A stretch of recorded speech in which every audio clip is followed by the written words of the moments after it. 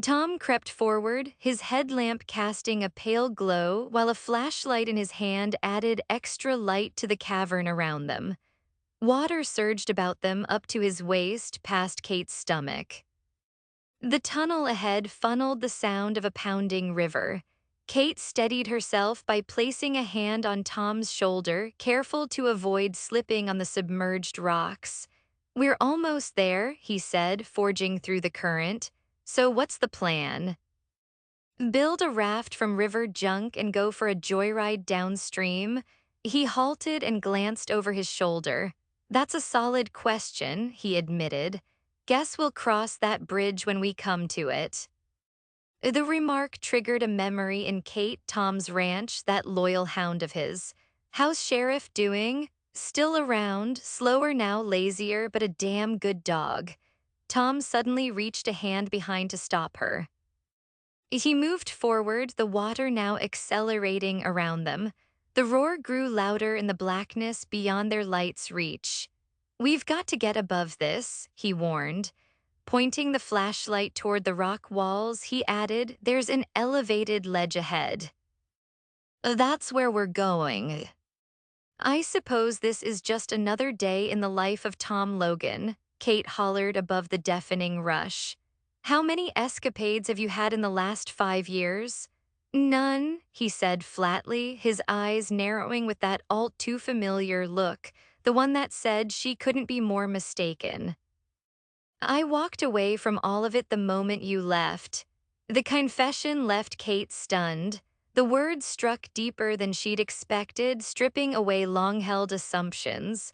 Tom turned from her. Whether to recenter on their predicament or simply shut her out, she couldn't discern. "So," Tom asked, throwing up his hands, "where do we go from here? Because I'm not seeing a single option that doesn't end with us dead." Tom had neither the time nor the luxury to dwell on Kate's assumptions. His daughter needed saving, and to do that, he first had to surmount a major obstacle. Kneeling, he leaned over the riverbank's edge mere inches from the streaming rapids. Rolling onto his side, he pointed the flashlight's beam along the river's wall. "What are you doing?" Kate's voice cut through the noise from behind him. "This might as well be the damn Atlantic. There's no way across."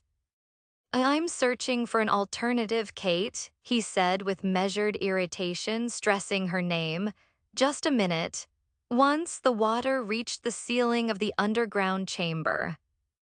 Over time, currents had carved slender gullies high on each side, leaving behind a narrow shelf. Unfortunately, that ledge sat 10 feet away. If they could just get to it, they might be able to crawl and eventually walk along it until reaching the path's end. Raising his voice above the river's roar, Tom called back, "Anything in that bag of yours I should know about?" She paused, faltered, and then replied, "No, not really." "So which is it, no or not really?" "Well, unless you're looking for a hidden kayak, then no." Tom exhaled, "Forget it." Then he noticed it, a rock jutted from the wall just above the torrent. Wide and solid enough for both of them to step on, it lay halfway between the riverbank and the ledge. Lodged deep into the wall, it looked sturdy, at least in theory. "I've got an idea," he announced, climbing to his feet. "Risky but doable." "Feel free to explain," Kate said, her tone uncertain. Tom directed the beam of light toward the rocky projection. "We drop down to that, then leap across to there."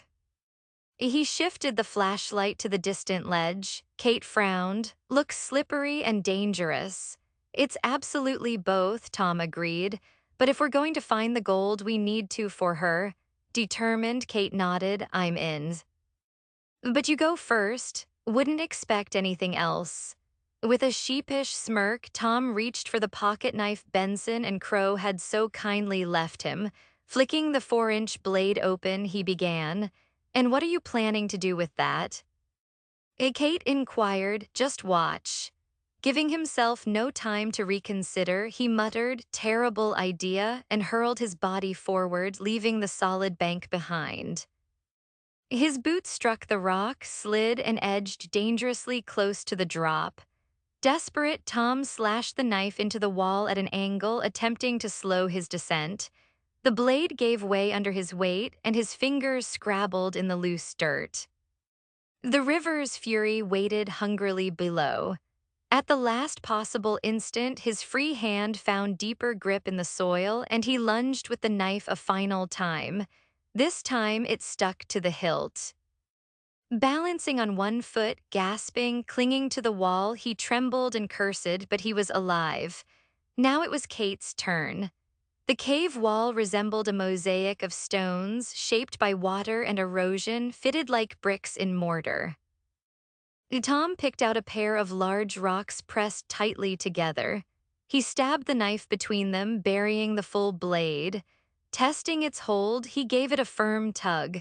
It held, sturdy enough to serve as an anchor for what came next. Tom glanced over his shoulder at Kate and stretched out a hand. "You're up. You better catch me, Tom Logan. I won't let go, I swear," he said, then added with a reassuring look, "Trust me." Kate braced herself, lips pressed in concentration, and leapt. Her body collided against Tom's, but he was steady. Holding tightly to the knife's hilt, he allowed his torso to pivot. Kate slid past him, yet he caught her with one arm and pulled her tight to his side. Space was scarce, barely enough for both. "You caught me," she murmured. "Did you ever doubt it?" he teased. Before she could answer, he added, "Forget I asked." For a beat, their eyes locked. Tom felt the pull, a desire to kiss her lingered. Her deep brown eyes captured his focus, lips inches from his own. But this moment was surrounded by peril, and giving in wasn't an option. "We've got to keep moving," he said, voice tense. "And fast, dying's not on my list today." Kate shifted aside to let him take the next jump. He glanced at their path forward, lips curling in a grimace. "I need your belt." "My belt? Why do you need that?" "I'll show you, just hand it over." She unbuckled it and passed it to him. Tom tied it to his own, creating a makeshift rope. It just might hold. Wrapping one end around his wrist securely, he hurled himself across the gap before Kate could object, gripping the blade above his head. "Tom!" Kate shouted. He landed with his stomach scraping the ledge, legs flailing behind him. With no time to spare, he stabbed the knife into the ground, anchoring himself. It gave him just enough leverage to haul his body up. Drawing a heavy breath, he wiped his brow. "Your turn," he called. "Fasten the belt around your wrist in case you fall." "I'd better not bloody fall, just a safety measure." "You have my word." With a short pause and a slight stutter in her stride, Kate launched herself from the rock. She soared across the churning river, fingers stretching toward Tom's. They touched fleetingly, her arms slick, his grip sliding. The residual water from their journey through the cavern proved too much. He lost her. Kate tumbled into the surging river below. Kate vanished beneath the relentless churn of the current. Instinct overtook Tom, an automatic surge wired deep into his psyche. He dove for the strap knotted at her wrist, never letting go of her extended arm. At the very lowest point, he grabbed hold and yanked her free, as though dredging a mermaid from the abyss. Desperate for oxygen, she inhaled sharply and grasped his collar, nearly dragging him in after her. Still, he held his footing on the rock ledge, dropping to hands and knees, anchoring against her weight, amplified by the river's undertow tugging her legs. With a final burst of strength, Tom pulled her up beside him. Wet hair clung to her face in wild strands. Kate brushed it away, got to her feet, and bumped her head against the low, earthen ceiling. Tom Logan," she muttered, waving a hand under her nose. "I'm beyond done with nearly dying." She thumped his chest. "You gave me your word." Tom shrunk back as far as he could on the cramped ledge. "What promise? That you'd catch me." She swatted at him again, but this time he fended her off. "Technically, I did. I kept hold. You're still breathing, maybe a little gratitude." He couldn't suppress the chuckle that burst out, her eyebrows climbed. What's so funny? You look like a sopping mop, a beauty, he caught himself before finishing. The light-hearted moment darkened. Anyway, I am glad you're okay. Well, I'm rather pleased myself.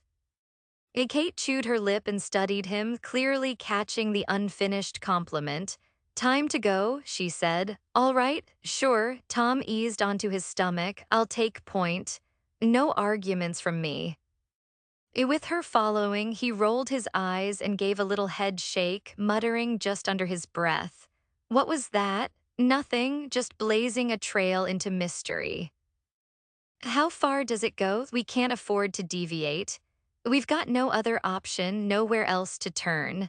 They entered the wash, moving faster now, driven by urgency and the hope of locating their goals. The path curved, and then Tom caught sight of something that made his heart skip, a faint shimmer of daylight. Kate, hurry. He increased his speed. She must have noticed it too. She stayed close, urging him on. As they progressed, the light intensified.